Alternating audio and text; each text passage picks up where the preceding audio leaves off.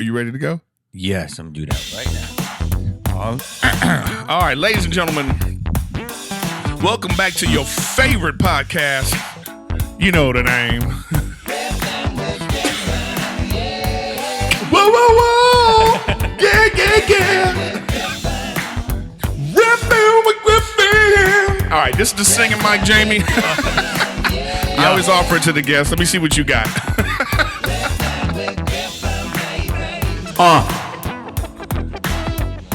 Riffin With Griffin, yeah! Oh, that was... Wait. Whoa, whoa, whoa! Yo, I was wanting to do this and I messed it up. It's that woo-woo pressure. Woo! Woo, woo, woo. Ladies and gentlemen. You gotta edit that out. Riffin With Griffin. Woo, woo, woo. Woo. Dude, I love that. And that's really, I want another take at that. Because it's early, man. My voice. You know what we'll do is we'll try it again at the end to finish it off, all right? Woo, woo, woo. Riffin With Griffin. Yeah. All right. Yeah, you're loud like me, so you don't have to. You can pull it back a little bit. Yeah, there you go. Thank you, bro. Yeah. No, you know it takes a minute to warm your voice up. Yeah. All right. Well, ladies and gentlemen, welcome to the podcast. My longtime friend, Mr. Jamie Kennedy. Whoa, how are you? It's good to see you. You know what's funny is, let me tell you when I first met you. I want to hear this. Pedersen's. Yeah. Which actually right down the street. Yes. I don't even know. It's not there anymore. No. I don't know what it was called. But Pedersen's was one of these little bullshit coffee shops. Mm-hmm. And back in those days, in the like 90s, we had to do open mics. Mm-hmm. You know, and it's just the crazy thing about it is like that was when I first started. I was in my early 20s and I was just going to open mics and stuff like that. And I remember back, like you were sleeping on couches and early 90s. This is early 90s. And you were like doing your thing. I remember seeing you. I remember seeing Jim Gaffigan. I remember seeing like a bunch of people like this at this, like, you know, Zach Galifianakis. All these people. Sherry Shepherd. Yeah, man. All these people doing open mics. And then I stopped for like 8 years. And then when I came back into it, you're a fucking movie star. Like a movie star. I was like, that motherfucker was sleeping on couches. Now he's masked too. You became the nerdy white guy that was doing all the, like, you were the computer tech in like 10 movies. I was like the goofy best friend. Yeah. But in a lot, like the third best friend or something. Yeah, no, you were always like, there was a hot guy, and then it was like, you were like that dude. Yeah. You know what I mean? It was like the dude's going, dude, what do you, we'll call her. You know what I mean? Like, yeah, always on the tech. Yeah, that was the early, dude, that's crazy. So I was driving here and I got a little emo because that was the spot. Yeah. And I remember you coming in and you were killing away. I wish. No, dude, I wish I was killing right away. I'm going to turn you down a little. Oh, am I too loud? No, it's okay. Whoa, whoa, whoa. There it is. I'm getting it. Bro, you were like just, dude, you know, like do you know like this? Do you know like you're one of my favorites? Oh, I appreciate that. You know that. But you're saying that now. No, you are, dude. No, but I believe you now. You make me fucking laugh like crazy. You know, let me ask you this though, just like, not that I'm being arrogant or anything, but do you think that is the reason that is because as a straight white guy, and then I go up with my goofy demeanor, but I say some really biting things. Is there a party that's like, damn, I wish I could say that? Yeah, but also I love because you're a performer. Yeah. You know what I mean? You are this. You are when people say what they're supposed to do. You're not supposed to do anything but what you're doing. You are born. Oh, stop it. No, to be a comic. You know, this is like, I talk about this privately. Jamie, he doesn't know this. Tell me more about me. Because you have point of view, your character, your look, your ability to act out. You sing everything, but dude, you are. That's what else could you be doing? I know. You are. It's it. It's perfect. You know, you're fit. You know what's funny is like the way you're saying it. It's like borderline, like a backhanded compliment. How? No. It's only because like there's like a plumbing issue in my building. Like something's going on where the next door neighbor is getting leaks in their place, right? Mm-hmm. So then they came up to check my toilet, and my manager, the manager of the building, he comes in and he goes, "Yeah, something's going on. Your toilet seems to be loose. I mean, like you're a big guy." Oh, fuck. And I was like, "So you just call me fat in my place?" So it's like, I'm just saying, but I knew what he meant. It's the same kind of thing where you're like you're going like, look at you, you're you're just a funny character looking, what else would you do? No, you're like, I was the nerdy guy in the 90s. I was just saying, you were still. It was like, so nothing but love. How do you think your journey has been? I mean, because you went from being like this, like you were open mic comic, you were trying to be a comic, and then not that it happened fast, but you didn't really. Do you feel like you got a chance to establish yourself as a comic before you were thrusted into Hollywood? It's a great question, and it was very. It's. I gotta take a minute, man. Take a minute. You got time. It's such a good question. See, I was struggling. Mm-hmm. I struggled for about 7 years. Yeah. Which is good. Struggle, you mean like financially or as a performer? Financially. Okay. Pretty broke. Uh-huh. And also as a performer. So I started out as an actor and a comic. But what does that mean, right? Yeah. You're just out there trying to matter. It was basically whoever would give you a job. If it was for comedy, you were like, I'm a comic. If it was for acting, you're like, I'm an actor. So true. Like, I can't tell people enough. It's like, it wasn't like I had this journey. I was like a student of the game. Right. People are like, yo, you're funny. Do stand up, Okay. Yeah, right. Do theater, whatever. Yeah. And so I was doing that. And then, I couldn't get anything. But all of my acting jobs, the big early ones, came out of comedy, right? And it was, I don't know how people feel it is now, but the game is so different now.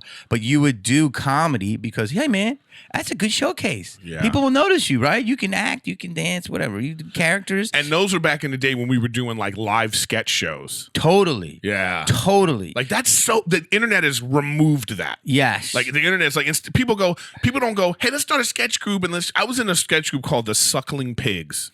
I think I remember them. Yeah, remember? Oh my God. I think I remember them. I don't even remember everybody that was in the group. That's terrible of me right now. I feel like you're trying to remember my fifth grade, who was in your fifth grade class? I don't remember everybody that was in the damn thing, but like we were terrible.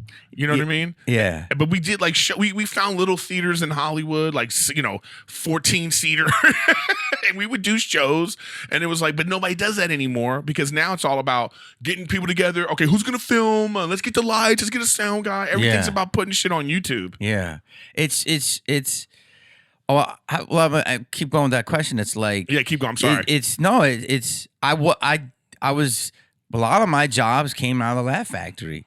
Like I would go and wait. I did all that waiting. And then I started getting 2-minute spots late at night. And that's how I got my agent, and started stuff. So I started getting like after a lot of auditions, it's a long process, but I started getting commercial. Then the commercial led to a TV audition, and I got a guest spot. And so, but then when I started getting movies, it was out the gate. And they were working. What was the first? I forgot what the first big one was. The very first, I did an independent, but the very first one right after that was Romeo and Juliet. Right. Which was like, it was it was out of the gate. And so here's what I said. So I was really busy I think I stopped for about 3 years. I was doing Enemy of the State. Yes. In Baltimore, when it was one of my tech roles. That was one of your tech roles. And I was in the harbor. Yeah, it was totally a tech role. And it was like getting paid well. And you're in your trailer a lot. Yeah. And I saw a little club in Baltimore down by the harbor. I don't know what it was. And it said Dave Chappelle. And it was in a little club. Uh-huh. And he was already in Blue Streak. He was a Nutty Professor. Yeah. He'd already been doing a ton of movies. He was already kind of famous. Big time. Men in Tights. Besides in the comedy and TV, he was already doing a lot of movies. Yeah. And I'm like, Dave Chappelle's been in this little club. So I saw it. And then I don't know where I was. I asked him one time, like later on, I'm like, yo, I saw you. And he's like, yeah, man, you got to like write bits in your trailer. Yeah. Because I was like focusing on like the movies. And then I was like, I could just start writing bits again in my trailer. Okay. I have to ask you a question about what you're saying right now. when you started doing the movies, so you're in the movies, was there a part of you that was like, okay, so comedy's done? That got me hot, but go ahead. But I'm saying comedy's done because it's like you do comedy because you want to do this, what I'm doing now. So you're like, well, I don't need to do stand-up anymore. I'm a movie star. So there was, but then that's the moment I feel like you're saying that you were like, oh, no, I still want to do comedy. It was 2 moments. Okay, that is that moment. And I was kind of still getting pulled back in. But at the time, I maybe had 12 minutes. I'm serious. I had enough. I had a couple. 12? Whoa, whoa, whoa. I had a guest. I did a couple of TV guest spots. I had two fives, and I had like 2 minutes left over. And that was the high. My name's Jamie Kennedy. So, yes. And good night. I've been Jamie Kennedy. And then like doing an impression, but like 4 minutes getting into it. Yeah. So 2 things with this. I got to meet people, Bob Saget, Craig Shoemaker, different people, Rick Overton, who let me middle for them and get to do 15 minutes. So I was enough. So I work with established headliners. That was when I started going back into it. But to answer the other question, yes. And what you just said, dude, was Sinbad. I did Sinbad. He had Vibe. Remember Vibe? Yes. And I did Vibe for like 20 seconds. Yeah, he did, right? And it was a good show. And I went on there to promote like Scream 2 or something. Yeah. And I was doing my first headlining spot in a club somewhere outside of Boston, deep down the freeway. And they said, yeah, he's got 20 minutes, but people love him. So it was like a small room, and they would let me do the whole weekend, an hour. And I brought like 4 openers. Right. To like pad it.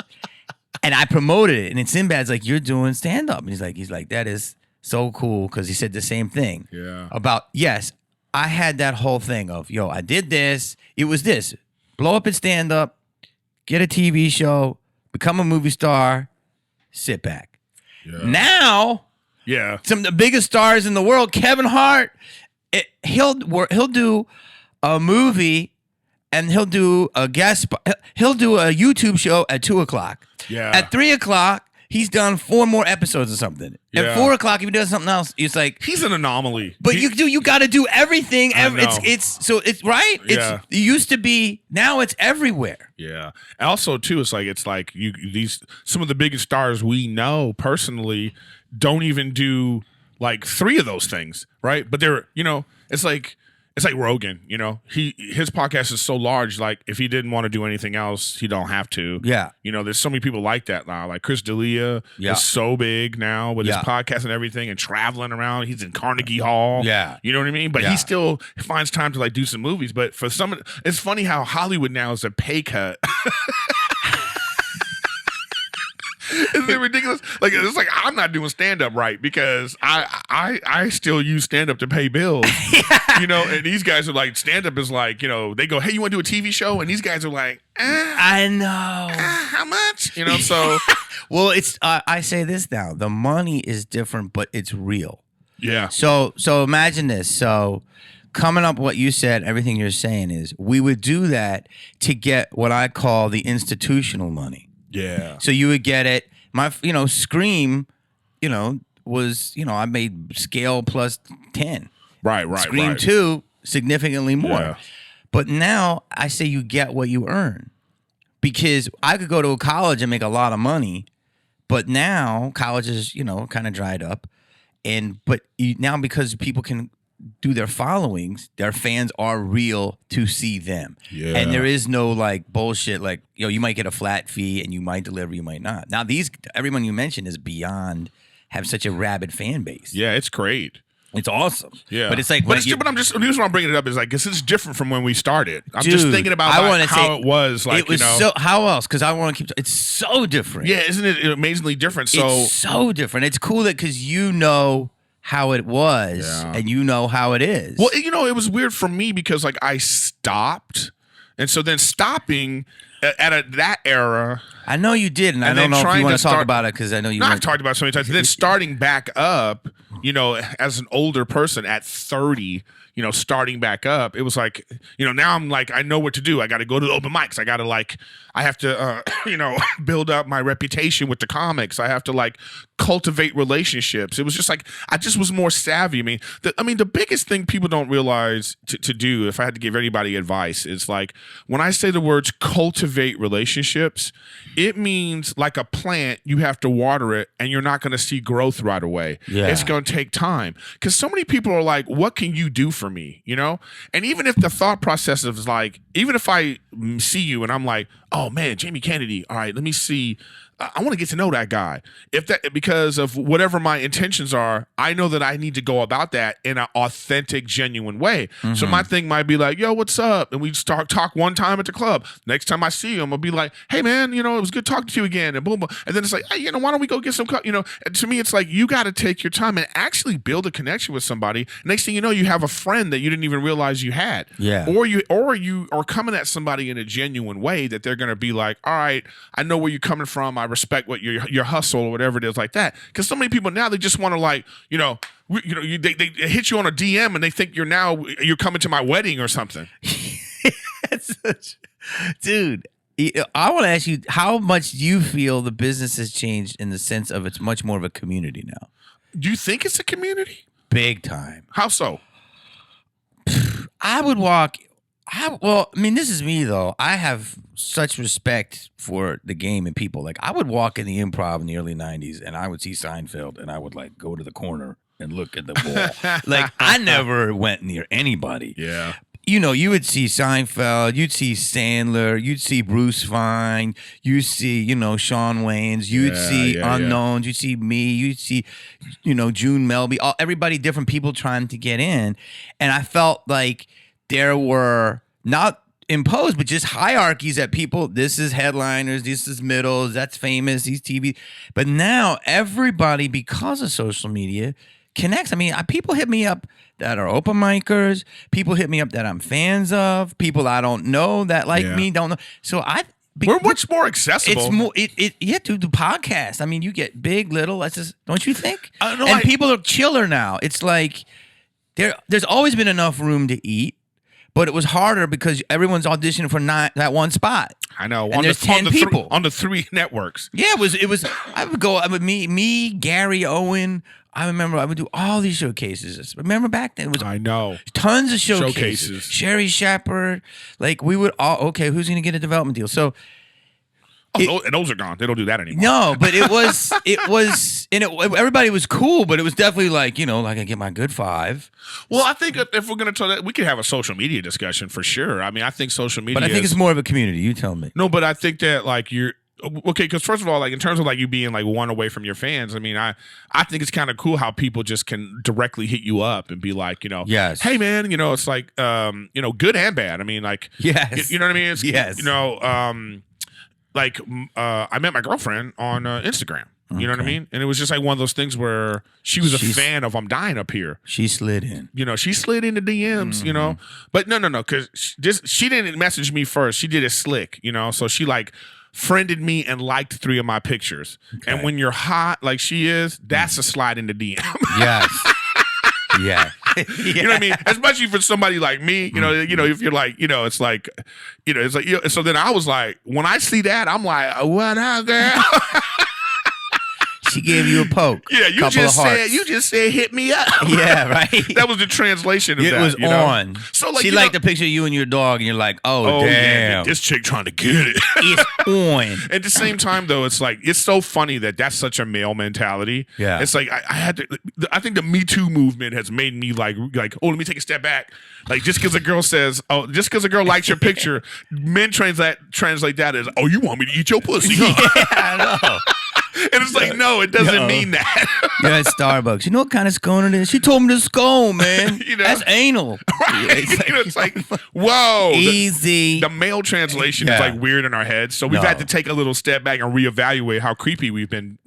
Yeah. But, because social media is so. But to get back to it, I think that, one, like musicians, athletes, actors, I think they all want to be the other thing. Mm-hmm. I think comedy has the least amount of respect from people. Totally. But at the same time, people admire it greatly. So like what I find is like, you ever do this? This is a weird thing. I do this sometimes. I go to my Twitter, but I go to verified followers, and I just want to see who's following me. And sometimes it's weird to see like, oh, the tight end for this team, and like, it's like, oh, this news anchor from such and such, and then you start to see that maybe they'll send you a tweet or something, and it's like, oh man, a huge fan of the podcast, or like love Workaholics, or like, so it's amazing the type of people.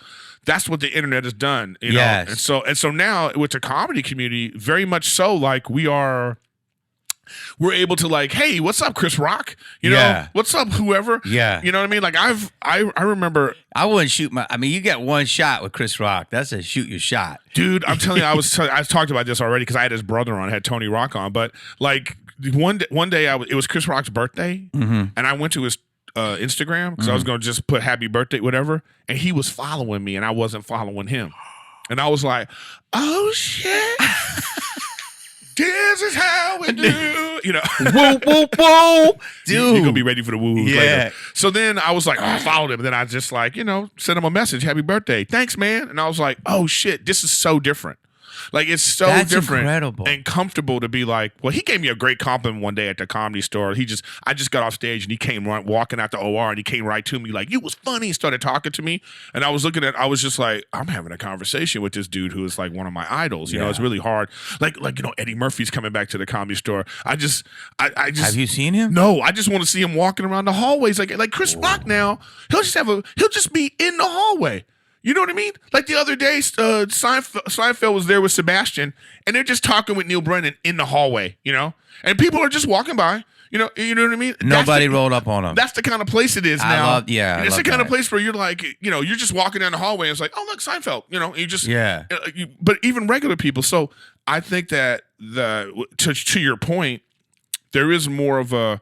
I think we're more comfortable, but I don't necessarily think there's a brotherhood because I still think there's a hierarchy of people. I still think it's like the high school cafeteria. It's like, oh, the cool podcasters, the Netflix specials people, and like, oh, those are the guys over there, the open micer door guys, and there's like There is all that, but I think people are pretty cool with each other. Yeah. But I mean, I'm in my own. I don't know what I'm in my own. It's like you're with like Pauly Shore. Yep, I am. It's like me. Gary Busey. Yeah. It's those guys. I mean, like people, like we're our own entities. Yeah. Right.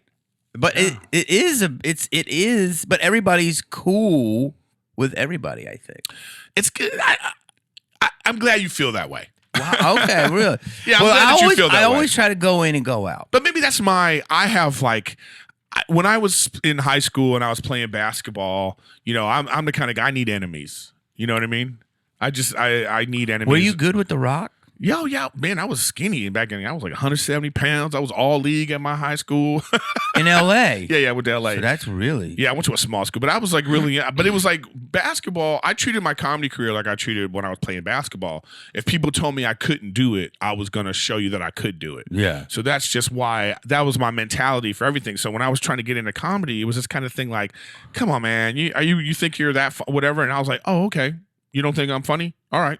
So I always had that in me to like, that's what pushed me to this point, But there's a part of that though that could be negative. There's a part of that could be like, you don't sit and enjoy things. Like what you're saying, like you see a brotherhood and I don't see that.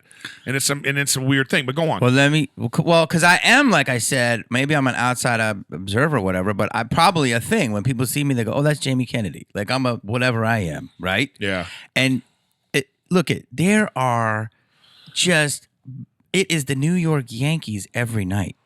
I mean, there is 10, 12 bashers every night in the OR. People that are selling 5,000, 10,000 tickets a night doing 15-minute spots. Yeah, it's crazy. And I love that I'm right in the middle of the lineup. I know. And people are all doing good. So, and I don't know. When I was there and I see people that like, they're complimentary to each other. That's what I'm saying. But so I don't see. But that's what I'm saying. This is my problem. But see, back in the day, if there were 8 people auditioning for a guest spot on Conan, you better believe no one's talking to each other.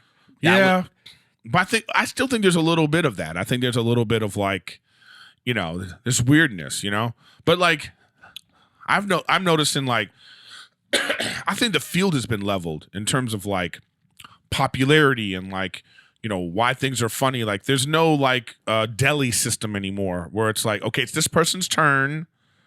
So go back. Deli yeah, the deli system is like you take the ticket, the comedy ticket, and it's like, okay, it's my turn. Wait, so say what you're gonna say. What are you saying it is now? Well, because it's like now, like the playing field's level. There's so many ways for people to be famous and for people to be known. Yes. So like, there's nobody anymore that's like super famous. Like it's that there are a few. Like it's like Chappelle. Yeah. Like wherever Chappelle goes. Yeah. And those dignitaries of the game. It's like the 1%ers. Yeah. You know what I mean? Yeah. But everybody down, like nobody should be bumping people. Nobody should be like, you know what I mean? Like that kind of shit really pisses me off. I never bump anybody. I know, but it's like, but I'm saying why nobody should be able to. I've been bumped. You know, it's like nobody should be able to. Like you're not, no one's that. Yeah, that's no what one's that anymore. That's what it has changed. There isn't really any bumping. And even people like Chappelle will come to the comedy store and he's very like particularly like, okay, I'm gonna go after. Let me go late. That's why he goes up late. Like if you go to the comedy store and you're there at like 12:30 a.m., you might see Chappelle. Yeah, I know. I know. And the reason why he'll do an hour. And the reason why is he's like, I'm not gonna bump the people that are put in the time, you know, whatever, you know, these people that are learning how to do it. Yeah, you can go after me, but like he's very, you know, particular. But some people are still like, you know, with their bullshit, like, you know, I got to go to this other thing. Like one time I was at the Laugh Factory and Drew Carey comes in, you know, and it was like have a Drew moment, and he had like another spot at the. I'm only using him because it's going to be for everyone in this position. Yeah. So you know he's got to go to spot at the Improv. He's like, hey, they're like, well, Drew wants to go ahead of you because he's got another spot at the Improv. And my thing is like, if he's Drew Carey, the other spot at the Improv is going to be fine too. Yeah, okay. You know what I mean? Yes. Like, why does he need to go now in front of me? Because he can do the same thing over there, right? So what the fuck does it matter? So what happened? You know, he went on before me. You know, but my thing about it is it's bullshit. Did you talk to him? No. Have you? I haven't talked to because it doesn't. It has nothing to do with him. Okay. It has to do with the concept of somebody that famous coming in and bullshit and being like, "Hey, you know, I got this other spot I really need to get to." No, you don't, motherfucker. You don't got to get to it because you're. Yo, the fact that you're saying that right now. Now, see, I'm worried if Drew sees this. I don't give a fuck. Hi.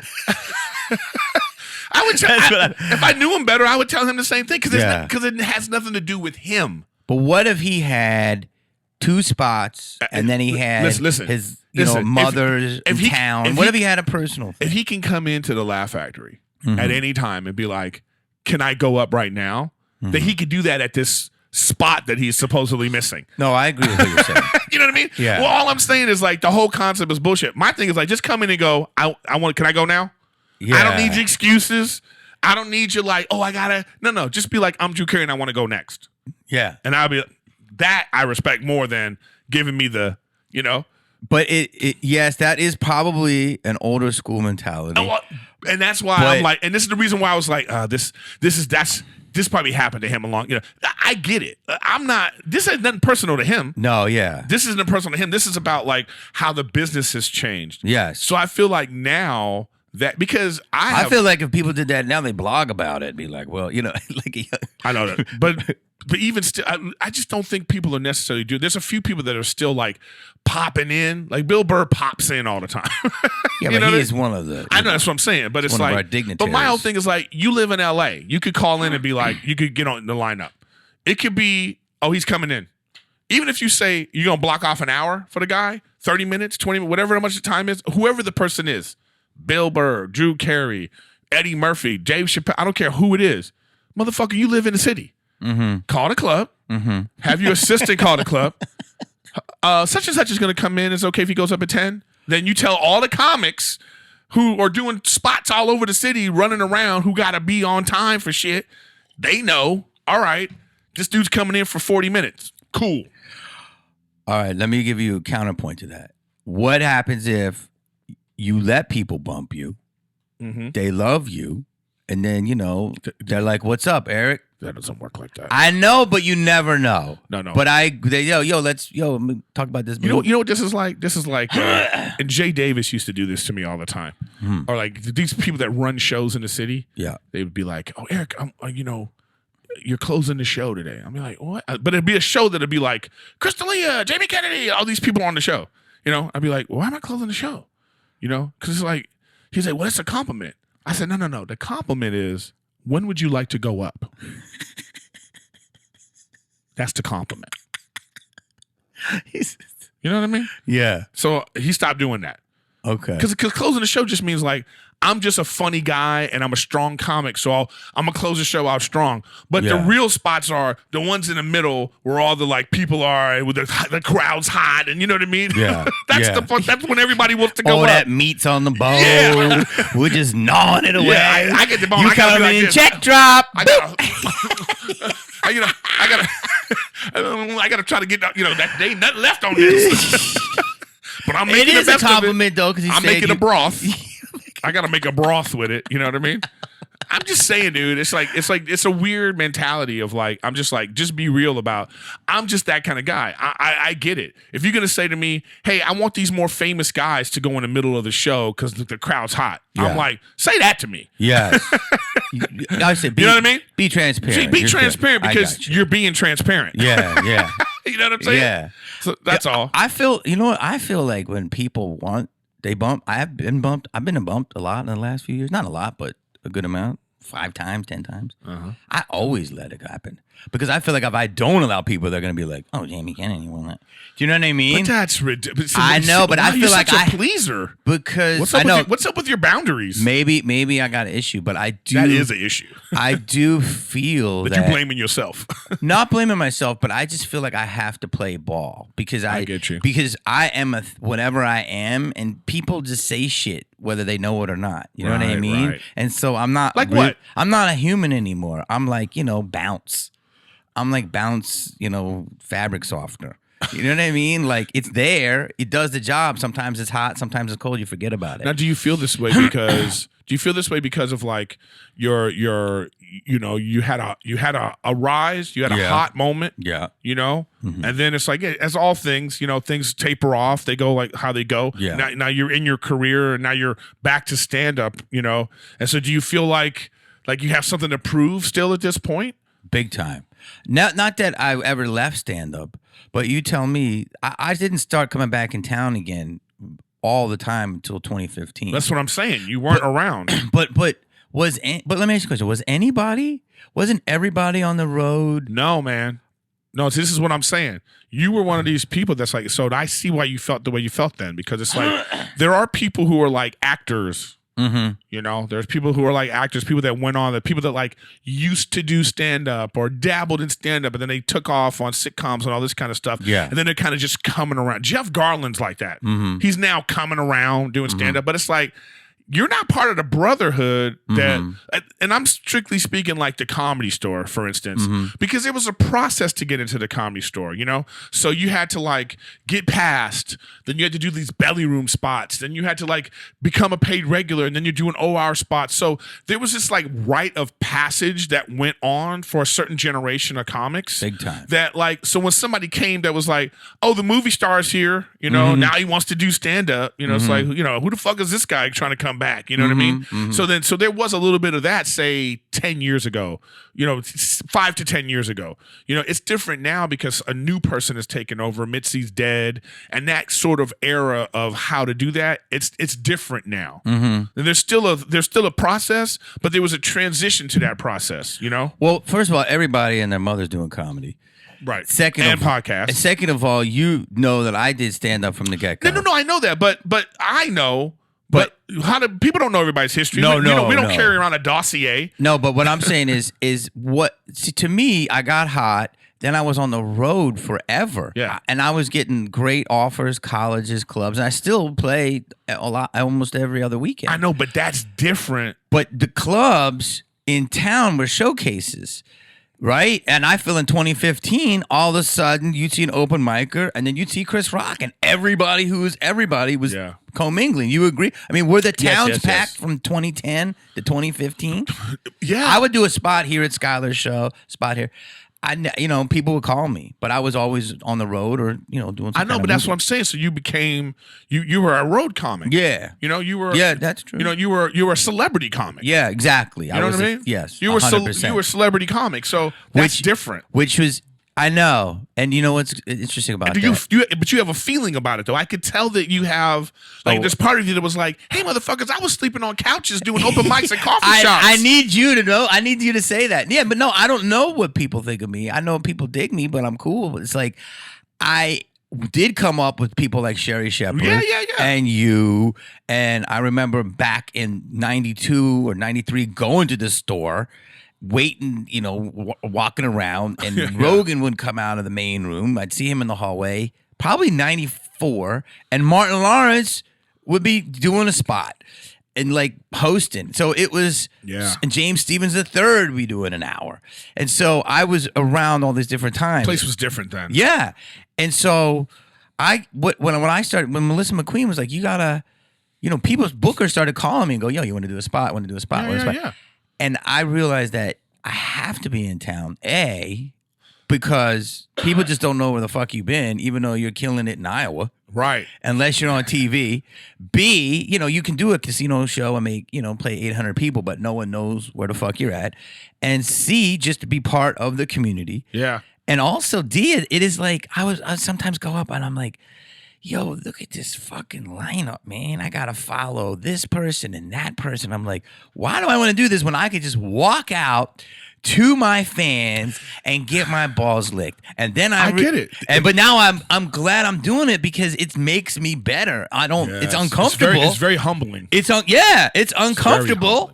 At times. It's very humbling. You gotta, dude, I'm in LA. This is how hard it is. And you know this. Yeah. And I'm fucking got 2 auditions. Maybe, I had a meeting with a big producer. I got a fucking 8-page of dialogue, but I gotta get ready for my 12-minute spot in a killer lineup at the Improv. And I gotta deliver.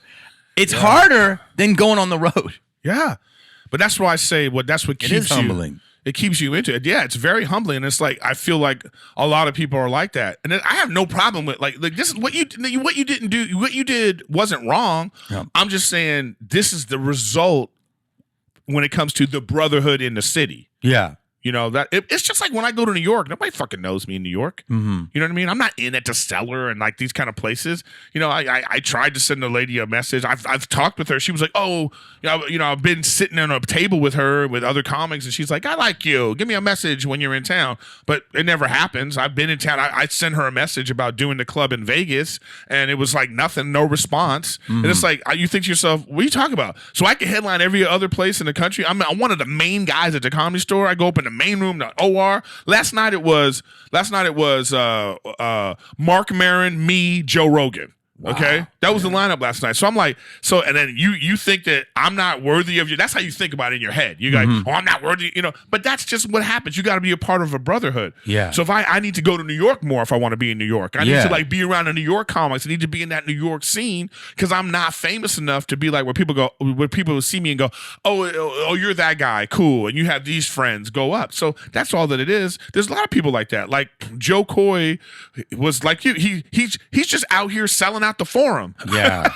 He's right now in the Mall of Asia. Yeah, he's in Asia. 17,000 large. Yeah, he's out here selling out stadiums. Yeah. But when he comes to town, there's a level of new people and stuff that might be like, well, where's he been? Who's that? He's selling out Manila. Exactly. But see, what I want to say is this, though, is that, hold on, he's made a good thought. Is that do you feel like this, like, the store is its own animal. Oh, yeah, for sure. And every other club in town was always more like showcase. No, right? I disagree. Like, I feel like there's communities there, but you can pop in, pop out. The store is its own thing. So I always use the clubs because I would hang around sometimes, but not much. Like, I never got this when comics are like, I'm just going to hang around to get a spot. Yeah. I'm like, no, man, go home, write a joke, work on your impression, whatever, right?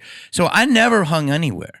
I just pop in and pop out. And maybe that might be an issue of mine because when you were saying about cultivating relationships, I never did that unless it happened naturally. Right. I was always about the work and moving.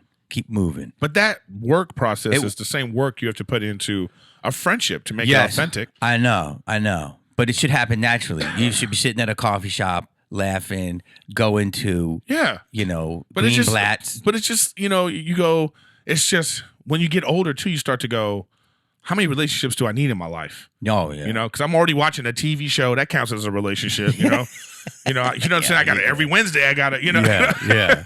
So it's like, I mean, I get it. I get what you're saying, but it's like, you know, that's why we do things like this, you know? Yeah. It's like, you know, and like not anybody can start a podcast and be like, yo, Jamie, come on my podcast. Yeah. So you're coming on your podcast because of our pre-existing, you know, talks and like seeing each other. You know what I mean? So this is the brotherhood you're talking about right now. Yeah. That's what I'm seeing. Yeah. You know, I'm recognizing that like I was able to start a podcast and people aren't coming on it because of my big numbers. Mm-hmm. They're coming on it because of me. They respect you. So I'm like, okay, so that's the brotherhood right there. Yeah. You know, so I agree with you on that. And it's like I said, you didn't do anything wrong. I'm just pointing out to you the feelings that you feel when you're trying to come back, that those are valid feelings too from the people around you. But don't take that as like, you know, don't let your issues of, you know, oh, I want to, you know, please people, or I want to like make sure I'm doing it right. All that stuff, you got to break through that and just, you know, do you. People like you. Yeah, no. You know. I do. I always try to be super respectful. Yeah. Because, you know, there is a hierarchy. Yeah, but that's like and I know I'm my thing, and it's like it's like weird. Like that hierarchy it's nuanced. Dude, I know, and I love that when you use that word. You use nuance in so many things when you did the Me Too movement, all this stuff. It's nuanced. But it is. But I feel like, you know, like I just shot a special. I'm waiting to see where it goes. I mean, it's literally in the hands of Netflix. You know, let's see, it's in the hands of Hulu, which are really hard to, you know. Yeah. Or it can end up on YouTube. You know what I mean? Which will be a larger audience than all of those places. Yeah, but there is, you know, this, like you said, there's boxes of things. There's New York, there's Netflix, there's people that do Comedy Central. So I know what you're saying, and I just try to be, you know, cool. I do. Everything you're saying is I agree with, but it's just like I'm not gonna come in and be like, yo, so fuck you. No, of course not. But like I said, there's still a little bit of like you don't want to come across as the. You know, the weak bitch. Yeah, the you know, like the weak gazelle. You know what I mean? I'm not that. I'm not that. You need to run. You know what I'm saying? That fucking lion's gonna get you.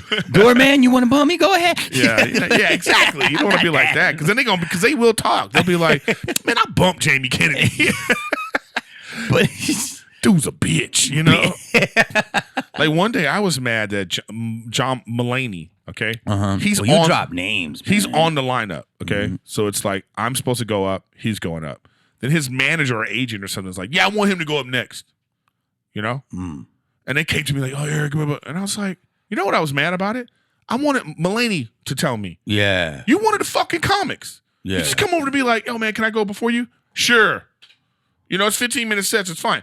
But to be treated like, you know, I don't matter. That's the kind of shit that like. That shit pisses me off. Did you talk to him about it? No, I haven't even seen him. I don't know him like that to be like that. You know, so it's like whoever. He's so big. He won an Emmy and all this kind of stuff. So it's like it's that kind of feeling where you're just like, well, you know, you let it go.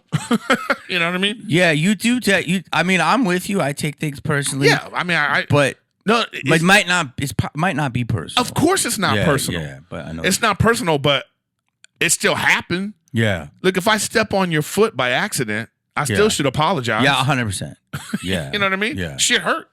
He might have been thinking of it, but yeah, you're right. No, I'm just saying that those are the kind of things that like you still have to deal with. So you just like, you know, so what I'm saying to myself is I'm mad that I should have said something. I should have just went to him afterwards like, yo, man, can you tell me next time? But I didn't do that.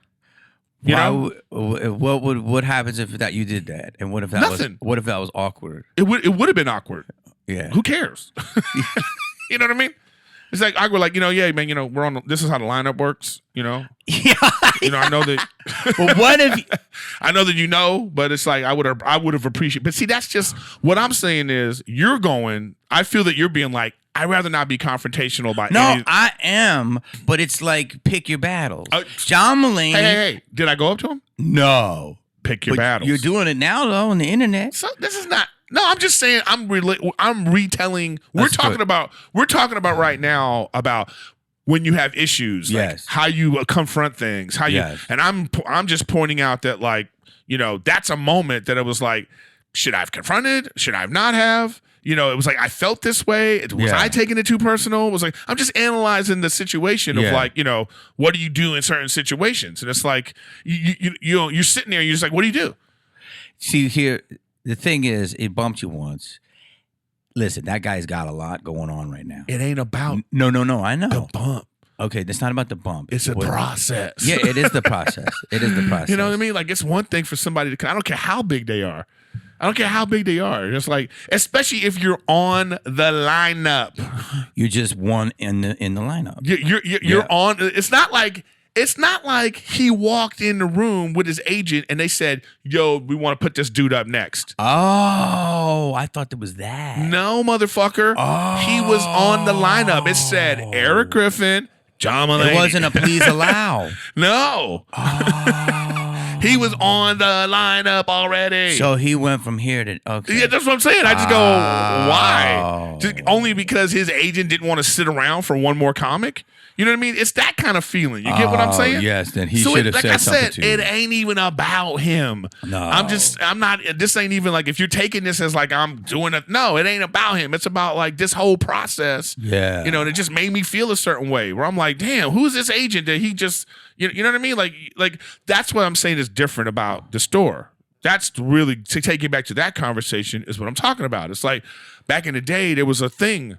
You know, all these heavy hitters were already on the lineup, and they were like, how they were fucking with each other was doing a lot of time. Mm-hmm. You know, they was like, I'm doing an hour. You know, so they were fucking up the store. You know what I mean, with their nonsense. Yeah. So now it's like this. So now we feel like we're in a good place, and then all these heavy hitters are coming in. But then you have some moments where you're like, yo, man, what the fuck are you doing? Yeah. You know, that's all. Yeah. Because there is such a beautiful respect, and everyone does keep to their time, and it's just boom, boom, boom. Yeah. Boom. Yeah. The agents, man, that's fucking, but they're always the most annoying. Yeah, that's what I'm saying. So now you have this like, that was just a Hollywood moment. Yes. You know, I felt like I got Hollywooded. You did. And you feel at a place that's not like that anymore because everybody's so respectful. That's what I'm saying. Yeah. That's what I'm saying. It was like, this ain't supposed to happen here. Yes. You know what I mean? So you're saying everyone's respectful. Be respectful. Don't be a bitch, but don't step. And it's like, so what do you do? There's like, so what I'm saying, there's no right or wrong answer in that situation. So in the moment, I'm like, part of me, I'm 50-50.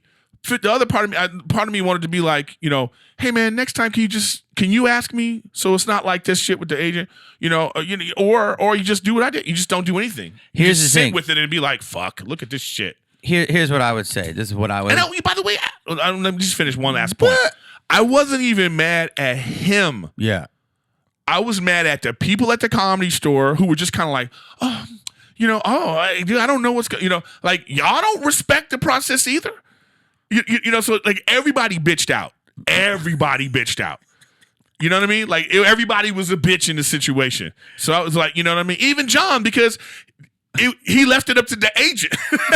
You know, the agent was the one that was like, I'm the king in here. You know what I mean? So I was like, okay. So everybody was like, oh. And I was like, wow, I don't have no support, nothing. Nobody thought to say, hey, you know, I was just like, oh, man. It's just one of those moments, man. It irked me because it was so nuanced. See, now I feel that this is what I would have done. You would have done shit. Here's the deal. Hold on, man. You don't know that. It wouldn't have been a big deal to me. I know. It's a midweek. Let me say my part. All right, go ahead. It was a midweek spot. I don't know when the fuck it was. It wouldn't even matter if it was weekend. You're there all the time. You're a fucking staple. You're one of the fucking pillars. Mm-hmm. You were on this show that was fucking about the store. Uh-huh. Okay. So the dude went ahead of you. Who cares? If he comes next time and you're there and he's like, again, then you may have to say, hey, bro. Jamie. What's up? Did I say something? No, you didn't. You know, you didn't. But we're talking about it, you and me. It irked you, though. And I don't even think it should have irked you. No, I get it. Because it wasn't like before the Tonight Show. But that's why I'm saying, like, what I was talking about earlier. But you should feel whatever you feel. But that's what I was saying. What I was talking about earlier is like, I need to have more of a feeling of, bro, this is my issues. Okay. Because, like, here's an example. Okay, one day, maybe I'll put you in a scenario. But let me say this. And I'm that type of dude that thinks, yo, man, because I'd be like this. Yo, Erik, thank you, bro. Whatever you need. I would have been like that. I think like, yo, man, maybe that I could work with that Yeah, but dude. nobody came up to me. I know. That's my whole point. But it has happened. I've been bumped and people just shit on me, and other times I've been with people and they've been like, yo, man, I appreciate that. And they appreciate it. Yeah. So I feel like I could build a relationship. This has happened. Okay, go ahead. You know, but like, go ahead. Okay, so let me give you a scenario. You're feeling a little looked over at moments. At that moment, yeah. But it's ridiculous to feel that way. Again, this is my own. See, your perspective I like. You're saying it's a brotherhood and it's no big deal. I'm trying to get to that point. Okay, I can help you. But here's here's a situation. This is Drew Carey, which speaks to, again, it wasn't about him. It was about I know. I'm paranoid though. See, I'll tell you about that later. Yeah, you are paranoid. Because I've been in this business. I see people cry over the littlest shit. They're like, fuck him. And everybody's a bitch. I don't give a fuck. Go ahead. So here's an example of like thought process. So okay, Adam Egget at the comedy store, the booker, you know? Mm-hmm. He comes up to me right before I'm about to go on stage in the main room, and he says these words. He goes, "Hey, Eric, do your A stuff tonight?" Mm-hmm. You know? So he says that to you. What's your first thought? Well, I'm maybe I let him down a spot ago, or see, interesting. Like I gotta like deliver. This is so interesting. How the answer to that question says a lot about our own psyche. See, you are someone who is like always thinking about, oh, I gotta make sure I'm doing. I was instantly mad. Like, you don't tell me do my A shit. All my shit is A shit. Like, how dare you? I was in a green room, fucking pacing around like fuck him. You know, I was so mad. You know what it was? What? Probably somebody there to see you. That was very powerful. The head of Netflix was in the audience. Oh, fuck. What's his name? Bezos or whatever his name. No, the other guy. That's Amazon, dude. No, well, they're all the same. Ted Sarandos. That's bomb. Ted Sarandos is in the audience. So, but to my credit, I did do my A shit. Okay. Adam walks up to me. He was like, "Oh, that was great." He goes, "Ted was in the crowd, and he was just He was just He was really loving it." And then I thought to myself, check this out. My first thought is, who cares that Ted Danson? Because that's the only Ted I could think of. I was like, that was the only famous Ted. That's the only famous Ted Williams I could think of. But my point about it is, I shouldn't have immediately went to something dark and negative. I want to talk to you about that. That's what it was. So like in all these situations I'm talking about, it's like I love talking about principles, because that's what this is about. So the Drew Carey situation, it ain't about Drew Carey. It's the principle of it. It's the principle of being like, just be straight up with me, man. You don't want to wait. I'm cool. You're Drew Carey. You're famous. Mm-hmm. Family Feud. Do you? Mm-hmm. You know what I mean? Or whatever. The Price is Right. I get it. I love him. You know? So I got it. But I wanted to be like, don't tell me about your other spot, bro. Because he said it to me. He was like, yeah, I got to get this other spot. You mind if I go ahead? I was like, really? You got to get to your other spot? So it was about that on that situation. Okay, I'm gonna hold on that. Go ahead. Okay, and then the situation with Mulaney, same thing. You know, why go negative? It's like his agents there. They're obviously, he's working on something important, obviously, because it was like, if a big deal for him to be, you know, whatever he was working on, it didn't have to be a big deal. You know what I mean? So I didn't like, the principle of it was like, yo, man, there's a brotherhood here. Come talk to me. But that's the only thing that I care about. I don't care about the bumping. I don't care about none of that shit. I just care that, like, yo, give me some respect that I'm on the lineup with you. We're one away from each other. So give me some respect, you know? So that's what that was. But it don't have to be a big deal, you know? And then the thing with him coming up to me talking about, hey, do your A shit, that was for my benefit. It was loving, dude. Exactly. It was beautiful. And in fact, you know, it was double loving, because he didn't want to scare you and put pressure on you. And make sure that I'm seen in a light that he knows I could be in. Yes. How much more positive and fruitful and, like, you know, that is. So what I'm trying to do this year, my New Year's resolution for 2020, is to, like, take a step back, and not everyone's against you. Not everyone is out to get you. But see, I made myself feel that way because that's what drove me to be that's what's driving me to greatness. And ball. I'm trying to be great. But hold on. But go on, now you go. You said so much. There's a lot to unpack there. Unpack it, bitch. That Adam thing was just beautiful. Yeah. And he did you super solid. Exactly. Now, and then I'm gonna go back to those two things. But one of the first times early in my career, the Factory, I want to say 94, finally getting a showcase spot. Who comes in and bumps me? Dane Cook. No. Rodney. Oh, wow. Rodney. I mean, if you're going to get bumped. Wait. Yeah. By the way, completely different era. Hold on, but dude, okay, not only did he bump me, era. I wanted to just keep watching him. Yeah. Did his 8 for his new Tonight Show, destroyed. I actually did okay the first 2 minutes doing that. Okay, and now who the fuck is this guy with the twisted hat and all that shit? Yeah. But it was like, dude, I was there to be seen. I couldn't breathe. And obviously, so it depends on what your thing is. But if there are people, like not a lot of people bother me if they bump me, right? But, and I've done a lot, would you not say? Uh-huh. There are people that should just have carte blanche, though, in my opinion. You know what I mean? He's an OG, dude. He don't bother me. So if he asked me himself. Okay, so that's good. Yeah. But you wanted him to go, yo, dude. When you were saying that there, I took a little umbrage to that. Why? Because I think you're right, but I think he could just, and you wanted him to explain, yo, dude, I'm Drew Carey. No. He didn't have to say it like that. He could just been like, "Hey, go. Can I go next?" Yeah. If he would have just said, "Can I go next?" Yeah, but he was trying to be. Hold on, let me help you. But that's all Hold bullshit. on. He's trying to help you again. He's just trying. Okay. He's just trying to be cool. He's trying to be like. I get it. He's trying to be like, "Hey man, I got this other spot." But you just want him to go, "Yo, bro." No. He not like that. Okay, well, you wanted to be so goddamn specific. Damon Wayans one time came up to me and he said, "When you going up?" I said, "I think I'm going up next." He goes like this, "I'm gonna bump you." Good day, sir. Wait. Yo, but I respect that.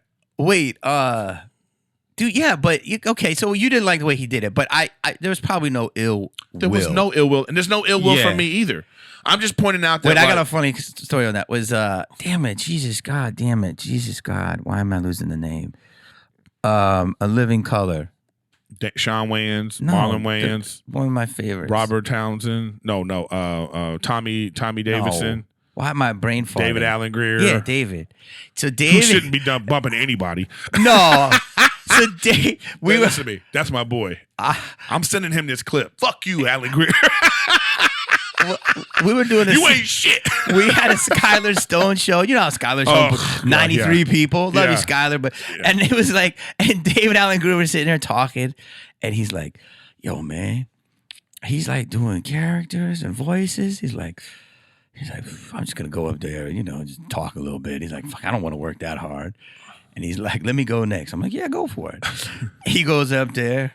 Hello, fucking doing Broadway. What? I was dying. I'm like, dude, you did a performance. I gotta follow that. I know people are crazy like that. He was killing me. I was dying laughing because that. But here's what I'm saying. I see something in you. I don't know whether this became therapy, but I like it. It's always therapy. But here's the deal. You know what's so interesting about you? Your persona is so lovable, and I'm not. I'm telling you this. This is because I say what I feel, man. I get it. You are so lovable and so fucking funny, but all that inside is a hurt little boy. Yeah, everybody. But that's why I know. We do Hold on. I know we all have different reasons to do it. But what I'm saying is, and what's so funny about you is multiple things. But you go into those dark places where you look like this lovable, sweet guy who can razor sharp claws, which is beautiful. But you do sometimes. I agree with you. I know what you're saying, and you do feel looked over, and you are so talented, it's so funny, and everybody knows who the fuck you are. Part of you might just be like, "Yo, man, I'm putting in this work forever. Fucking give me the right respect." Yeah, and I think it's valid, but I do think there is part of bullshit that is Hollywood.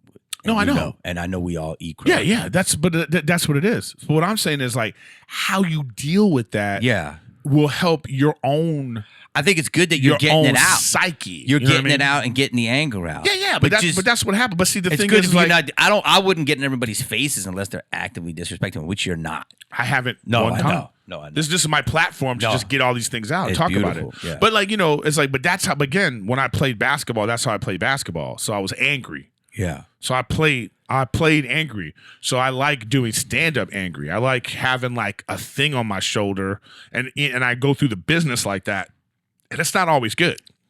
Yeah, because because it was like the night I booked the reason why I got on I'm Dying Up Here was because Jim Carrey was in the OR.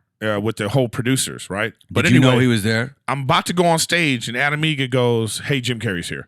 And my first thought was like, "Is this motherfucker bumping me?" That's my first thought. I swear to God. I swear to God. I was like, "The fuck is he?" And then this is the shit going through my head. What's this motherfucker doing here, bumping people? $300 million in the bank. He already made it. He's trying to come over here and bullshit with some bullshit jokes. He ain't shit. These are all the things going through my head, right? All the things going through my head. Wow. And then, but here's the thing. When I went on stage, I had that energy in me. Yeah. And I fucking I destroyed the place. Yeah. I got an audition the next day. I was on the show in 3 weeks. Yeah. So there's part of me that's like, but you know what this is like? It don't mean it's right though, because this is like people that drink too much and they drink on stage, and that's when they're the funniest, and they think, well, look how funny I am when I drink. Fuck you. That ain't. You don't have to. Then you're really not funny. Yeah, exactly.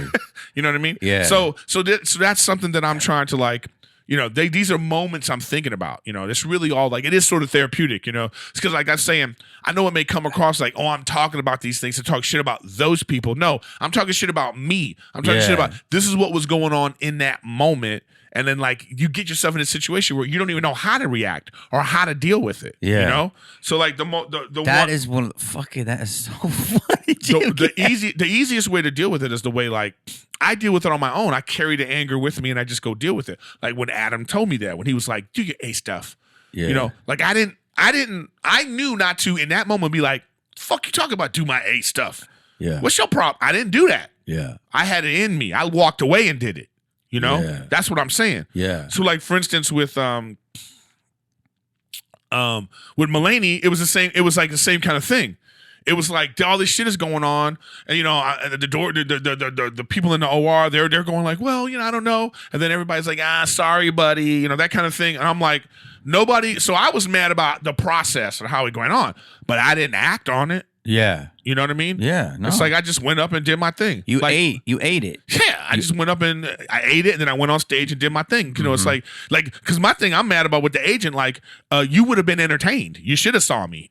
You know what I mean? Yeah. Like I don't feel like there's anybody that could go up and then I'm gonna go up after and they're gonna be like, that guy wasn't as good. That's the confidence I feel in myself. I'm gonna go before you, after you. Like none of y'all are that funny. None of us are. Like but it's like you have to have that sort of like strength and delusion and confidence in your abilities. You know what I'm saying? So there's a lot of people walking around peacocking with their podcasts, and they're like, they're the fame versus talent and ability. Like they're not always the same. There's motherfuckers out here doing podcasts that I'll stand by being like, you ain't as funny as me.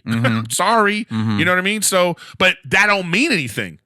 But because I come from an old era where we knew that if you made it, that was the funniest guy. Yeah.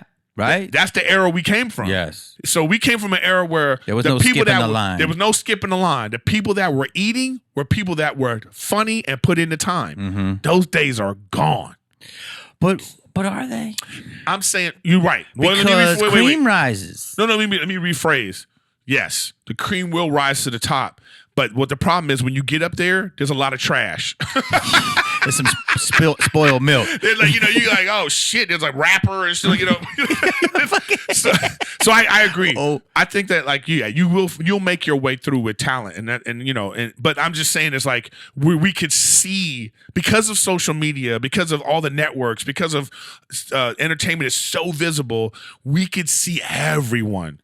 See, back in the day, the only people we saw were the ones that made it. But what we probably didn't know, that there was a lot of people out there selling out in Toledo. And, they were like, they were doing their thing, but we just didn't know. So now everything is visible. So we're seeing people who are like, a church act who's making $100,000 a show someplace, or there's like, you know what I mean? So now I'm like, again, you're trying to flip your thought process, and I'm trying to be like, you know what? People are there because they made it in their way. Yeah. You know? So, and now, like everything is everything. Yeah, so I never, like, when I see somebody on stage and, like, I'm not a fan of their comedy, and a lot of my friends, like, I would say half the people at the Comedy Store, I don't watch them. I can't stand their comedy, right? But I respect what's going on. Really? And you're friends with them? I'm friends with them. Yeah, I have a lot of friends I don't think are very funny. You know what I mean? But, like, when they're on stage, I get what they're doing. It's just not my brand, or I don't like their jokes, or I don't like how they tell jokes, or I don't like. But I respect, like, this crowd loves what they're doing. Fine, I don't have an audience. Are you kidding me? No, people have. I think your podcast is growing, by the way, because the numbers are great. Bigger, yeah. No, but I'm saying, like, but that you know, that's I'm talking about, like, you know, it's like when you're a female comic and you have a certain perspective, you know, your crowd's coming for you. You know. It's Any like, type or if of you're comedy. a clean, right? I don't feel like I don't know what my niche is yet, where those people are coming to see me. See, to me, you know what I mean? From the outside observer, yeah, please. You are just a naturally funny person. But that doesn't necessarily translate I know. I don't know how you market that. How you market that? I'm just funny. You sound like my agent. Right? But to me, I don't know how to get you work.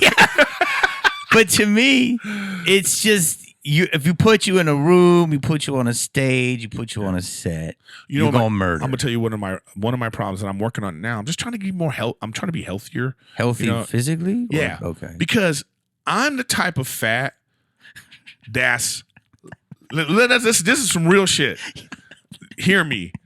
You can say it. See, I can't say it. I'm the type of fat that you look at me and you go, "That's lazy." Lazy fat. You know what I mean? You're so you look, So you look lazy at me. Fat. I'm lazy fat. So you look at me and you go, "That motherfucker should work out. Like, he needs to lose that gut. What's going on?" I'm in my fucking late 40s, you know, so it's hard. But I recognize that. So as opposed to somebody who's just a fat motherfucker, and you're just like, oh, that, you know, they go, oh, here come Big Tony, or here come Big, you know what I mean? Here come fat Larry's here. Bro. You know, like Bruce is just a fat motherfucker, and they love him for that. Yeah. You know what I mean? But this is the kind of fat where it's like, you shouldn't be fat. Meaning you're on the couch playing too many video games. Right. That's the look it has. You know what I mean? Pornhubbing it. You know, well, hey, I got a girlfriend. Hold on. I still go to You Pornhub. eat a lot of carbs? No, I'm not anymore. I'm trying not to. Go keto, dude. That's me and my girl doing this thing. She's like, we're not going to eat any bread anymore, right? You know, I'm like, okay. So wait, the lazy... So you're gonna get less fat. I'm trying to, and it's already working. I feel, you know, but it's like when you're this size, and it's like, you know, it's like I don't know what. I still gonna have a dad bod, but I could look healthier. Yeah. So I think that it works against me, because you're like, I want him for that part, but I don't know if the part calls for, you know, do we want a fat? Like, I'm not fat enough to be the fat guy. You're in between. I'm in between. I'm a tweener. You know what I mean? Fat. So it's like, you know? Yo, Dad Bod or Big Tony, you're right in there. I'm in there, and it's like, let me get that Griff. area is lazy. Wow. So then, you know, get comments from people who are just like rude, but I see them, but I don't care. You know, people are like, you're too fat. The one guy said, he was like, this was an audition. No, I'm talking about on the podcast comments. Oh, yeah. Like, there was one guy, he said it was funny. He was like, well, if you exercise as much as you worked on this podcast. And I thought to myself, that's actually kind of true. You know what I mean? It's like, that's a true statement. Those kind of things don't get to me, because it's like, I feel this way. Like, I'm all about, like, this whole, like, body shaming and, like, body positivity. Dude. All y'all can go fuck yourself. Dude. It's all bullshit. I don't know what I'm allowed to say on that. You can say, yeah, well, see. You know what I'm saying. I mean, it's all bullshit to me, because I'm about, like, I know why I'm this way. I like hamburgers and pizza, and I like to eat late, and I'm like, exercising's hard, and I'm busy, and it's like people should accept who they are, and we should celebrate everybody. But you can't comment if somebody is like, yo, dude, you're right on that verge of diabetes. You know what I mean? I always say this, dude, obesity is a killer. Yeah. You know what I mean? And it's like, just because, this is what just so weird about it, just because it's hard to lose weight, society has gone, it's so hard, so let's just accept. You know what I mean? What if we did that for comedy? It's too hard to do comedy, so hard to be funny. Let me just do it mediocrely. Yeah, I know. Fuck yeah. You know what I mean? Oh, you know what? Comedy's so hard, I'm just going to do knock-knock jokes. Yeah, you know? Yeah. See, that's what I'm saying. So I don't want to be knock-knock fat. Yeah. Dude, you got to make that a joke. Oh, this guy. You're always thinking like a comic. Why? It's okay, true. though. Bro, wait. I want to go back to what we were saying. Go ahead. Now, here's where my brain goes. By the way, you know what I love about you right now? What? You're so aware that you're on a podcast. It's so funny. Is that good or bad? No, see? That's the perfect response. You're so like, this is gonna be out in the world. No, like you're calculating in your head. You're like, let me make sure. No. I'm having a good time. Okay, that's all. Aren't we having a good time? I just want you to be comfortable. No, I want to talk about that. Though. If you say something that you feel like, I said this and I don't want that out in the world. No, I didn't say anything bad. Yes, I'm gonna cut that part out where he said, "Fuck Drew Carey." Jamie Kennedy said, "No, just kidding." Fuck, I was gonna say now. No, I'm not. I'm here now. Okay, I can tell that just a little bit of you that's like, well, sure you want to say that? You spill. Is that you spill the tea? Yeah, this is the world we live in now. As long as you listen. Let me ask you. I want to ask you about that because that's explain yourself. But here's the thing, and I love that. Yeah, and you're right. Maybe I can learn this from you. I'm just because I do spill the tea. Make it bulletproof. Sometimes you got Yes, dude. You got to make it bulletproof, and I think you do. Or just own you're part of it. Like in all these situations I've said, I'm owning the part that like a lot of it is my perception. I know, but here's what I think. You know? Here's with me. People are going to watch the part that you say some shit, and then they'll watch your explanation. They'll be like, fuck him. But that's me. I could be a bitch. But my thing is like, I don't care about that because you know what? I still have a platform. This ain't a one-time thing. Yeah. So let's say that happens. Yeah, then you can Then I could come back on my podcast and be like, let me explain this again like I already explained. You know, and then the people that were talking shit, they don't come back because they're like, because they know what they did. Yeah. You get what I'm saying? Yeah. Like, they know what they did. Yeah. They know they took shit out of context and they put it out there, but they don't have the balls to, like, stand by their convictions. Yeah. You know? See, that's the thing. It's like, everybody, it's awesome. It's like, I have people, you know how people are now. People come up, people take everything out of context. Yeah. Every fucking thing. But you also can't be a person that is so worried. No, I'm not. Let me finish. Dude, you talked the whole time. It's called Riffin With Griffin. Go ahead. No, I'm just saying you don't want to be a person that takes everything out of context, that worries about everything. No, I agree. You know, and then you watch what you say every time. I never do that on stage. Right, I'm gonna let you talk. Go. I never do that. No, I never do that on stage, but I do that. You're cutting him off. Go ahead. No, I never do that on stage, but I do. Wait, hold on. Six more things. I'm kidding. Sorry. But I do that sometimes. But no, it is like, I don't know. Everybody's so fucking, I know. Right? I mean, everybody is so. It's like, who wants to deal with it? It's basically, you go, what's the lesser of two evils? It's just to be like, all right, let me just not get into anything. I am standing by my shit. And when I do shit that people get pissed off at, I'm standing by it because the joke always comes first. And when you were talking something earlier that made me think about this, is like, so I had this interview earlier this week and people were saying, yo, you worried about, more people? Is it harder to do comedy now? And I say no. It's actually better because it's more polarizing.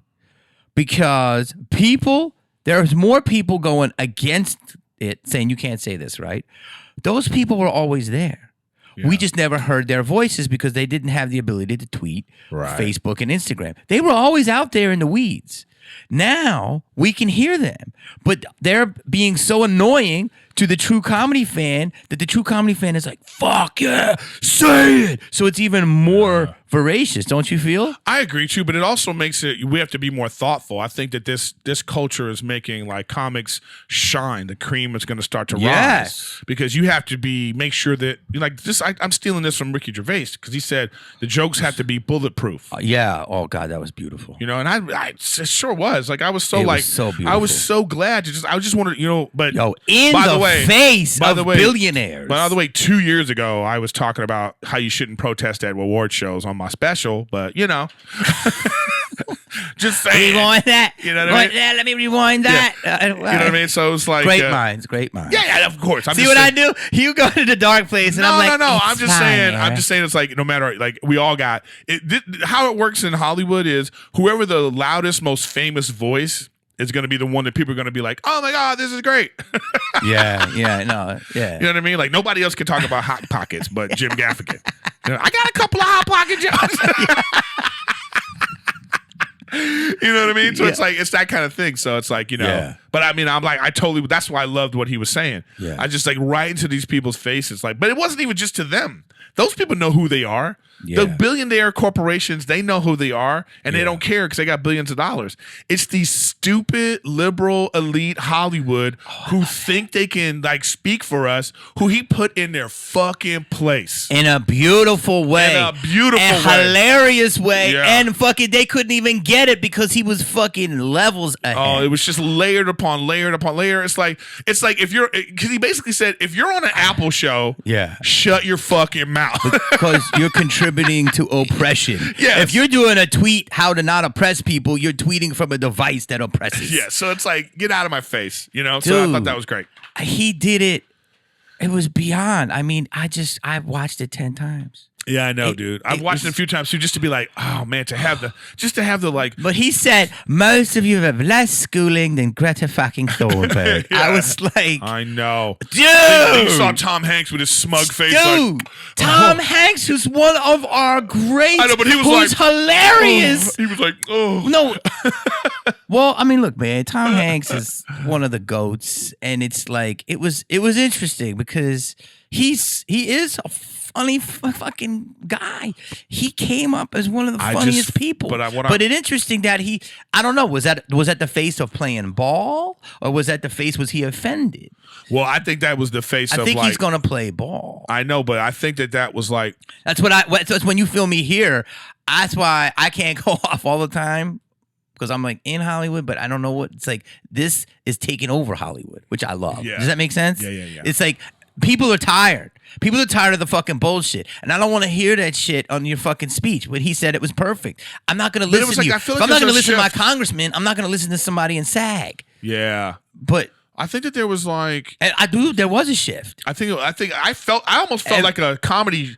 That moment 100% felt like a comedy, like shake-up. Yeah, like I felt like it really felt like, because at a place that was preaching to the choir, it was like the Pope talking to Catholics, like, yo, we need to stop acting fucking stupid, right? Yeah. And then they were, so I think, because that's the problem with award shows now is it's a lot of preaching to the choir. Yeah.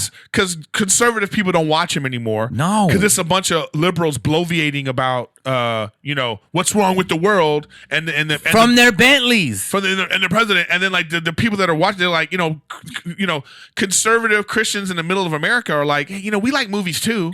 Hold on, dude. Not just conservative Christians, dudes in fucking Detroit. No, yeah. You know what I mean? Come on, normal people, enough. Bro. Yeah, I think it ain't. Yeah, I believe I'm a pretty normal dude. I'm in Hollywood, but I know what you mean. Out there, and I listen to cocktail waitresses every week and what they really say and what they. You're put right. Up You know with. what? You're so right. It's like it's just the regular middle class, lower middle class, blue collar people who have to listen to like people accept gold statues tell them about what's wrong with the world. Yeah. Like, bitch, you're what's wrong with the world. Yeah.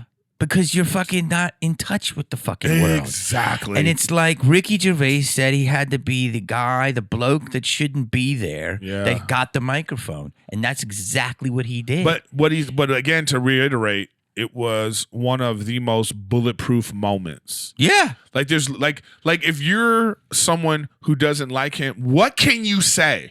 How the fuck in the LA Times, which I read and love, give the review that they did? Oh, I haven't even seen that review. Oh, reviewed it. They were like, and he's there. They didn't need to listen to him, try to silence their voices. No, he didn't. He was basically saying, you're bullshit. You're full of fucking shit. What you and I are talking about right now is the hypocrisy that is rampant. Just on the beginning thing, on a jet. Help the environment, get the fuck off the jet and get on Spirit Airlines. Carry one less luggage. I mean, that's what he's saying. Yeah. It's like, to me, it was like, I don't think he was saying, I'm not trying to silence your voice. Not at all. He was like, I'm just trying to remind you that you're full of shit. You're full of shit. Yeah, you're full of shit. When you go up there and you're like on an Apple show and you're, and you're gonna go up there and be like, this is what's wrong with the world. Yeah. Like, let's be, you know. I want to be on an Apple show. He wants to be on an Apple show. Fuck, I want to be on a Redbox digital show. I don't give a fuck. But here's the deal. It's like, dude, you just made me lose my thought. It's fucking. Oh, I did? Yeah, hold on. You were just saying fucking. This motherfucker. It was what he was saying was what was the reason? It's just the hypocrisy. It's just like that. It's like this. You can't do a joke about the number one thing you can't do a joke about right now is the trans movement. And it's like, yo, man. But I do. Yeah. But it's like, if you say one thing, you're transphobic to certain people. And it's like, yo, you got to stop with that shit. Phobic. Phobic.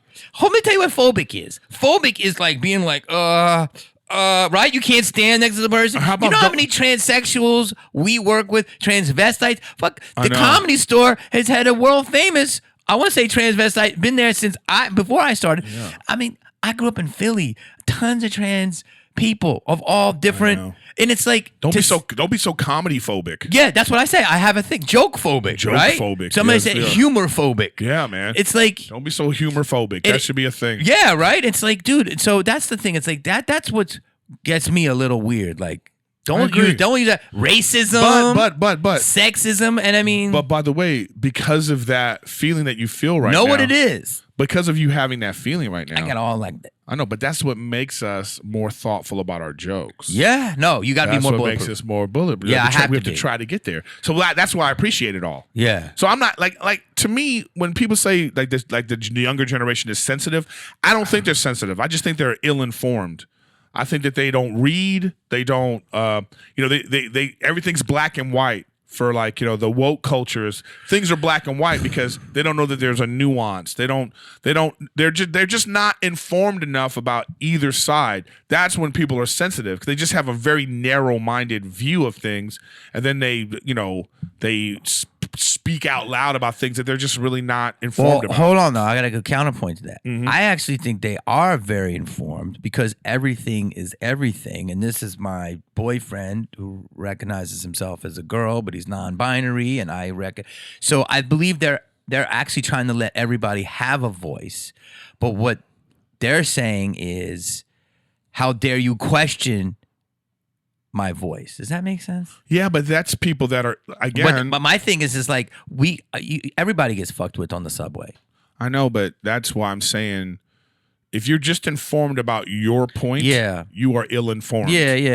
If you're only concerned about your side, you're ill-informed. Yeah, that's you're right. So when people come at jokes and they go like, "Oh, you said a word, so this means this," how ill-informed is that? Yeah, like how closed-minded that is to not see that that's not the point of what we're saying right now. Yeah, this is just how you're taking it. Yeah, and then your voice is so loud that you're making it out like you're right. Nobody's right or wrong. This is when I tell a joke, I'm having a conversation with the crowd. So now we have to just make sure that our setups are more clear.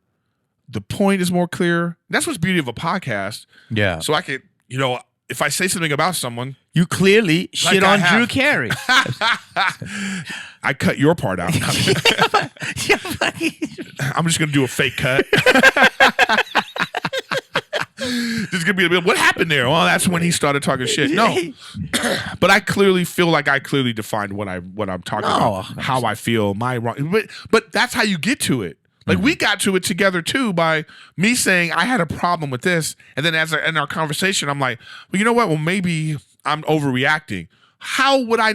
I wouldn't be able to know that unless. Bounce it off. We have a back and forth, a dialogue. Yeah. And these fucks out here, they don't want to have a dialogue. Who are humorphobic. They do not want to have a dialogue. Yes. And that's why I said, man, there's two types of people, Lord. I've been saying this on stage. There's people with a sense of humor, and then there's people that aren't very intelligent. Exactly. And bro, there ain't many ill-informed. That's exactly what I'm saying. And people taking words literally. Yeah, it's I always use this as an example. Literally. I use this as an example.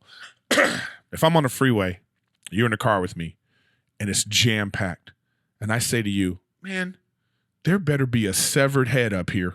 Yeah. Okay? Now, what do I mean? I mean, there better be something super important going on while the traffic is like this. Yeah. But these dumb fucks out here, they want to be like this. Oh, he wants to cut people's head off. He wants a head to be on a. Whose head is it going to be? A black kid's head? Is it going to be a? They want to go in. You know what I mean? Yeah. It's like you have missed the point. Yeah. You've missed the point. Yeah. And that's what jokes. See, the thing about jokes that this is the hard part.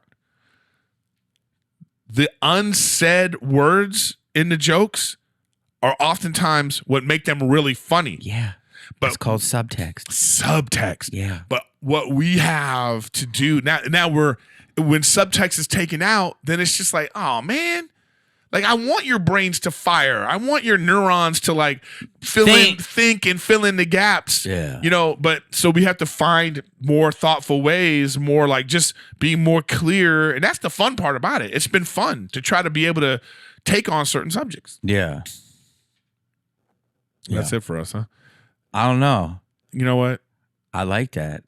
I think that's a good closing time here. But now, is your voice warmed up? Because I know he wants a second shot on a singing mic. I hated it. And you don't got to hold it too close when we go do it like this. So we're gonna do it again. But before we leave, I want to thank my man here, Mr. Jamie Kennedy, for coming on the podcast. I'm gonna have all his information below. Bro, thank you. And thank you for having me. I'm gonna have all your information. Yeah, no, thanks for coming on. And I like that you did. Like, I really appreciate that you didn't even hesitate. Why would I? Well, I mean, some people do. You'd be surprised. Some people do. Did you? I'm glad you thought of me. Did I just pop up? I know I have a list of people that I want to ask. You're on my short list. Yeah. You know what I mean? I said, let me see who's not doing shit and needs some. This motherfucker. I'm about to get a movie. I'm supposed to blow up again. We still need to, like, I remember that project. I thought we might see us. Well, you're busy. Oh, I'm busy too. Busy. We had that at Jay Davis's party. We fucking sat in the wine cellar. Yeah, we had like some good thoughts. We're gonna do a cop show. But he wants a second shot. So again, guys, thanks again for watching Riffin with Griffin. Make sure you subscribe and share. You know what I mean? And I just want to thank you guys for your support of your favorite podcast. You know the name. Woo, woo, woo. Yeah. All right, let me see what you got this time. Come on. Whoa, whoa, whoa. Wait. Whoa, whoa, whoa. And you whoa, whoa, whoa. Riffin with Griffin. Yeah. Riffin with Griffin. I don't know, man. Just cut it all out. I could sing, but I just was off. You so nervous. I wanted to... Ladies and gentlemen, Jamie Kennedy. Whoa, whoa, whoa, whoa. Riffin with Griffin. All right, see you guys next week. Peace. Whoop, whoop. Dude, that's harder on that mic.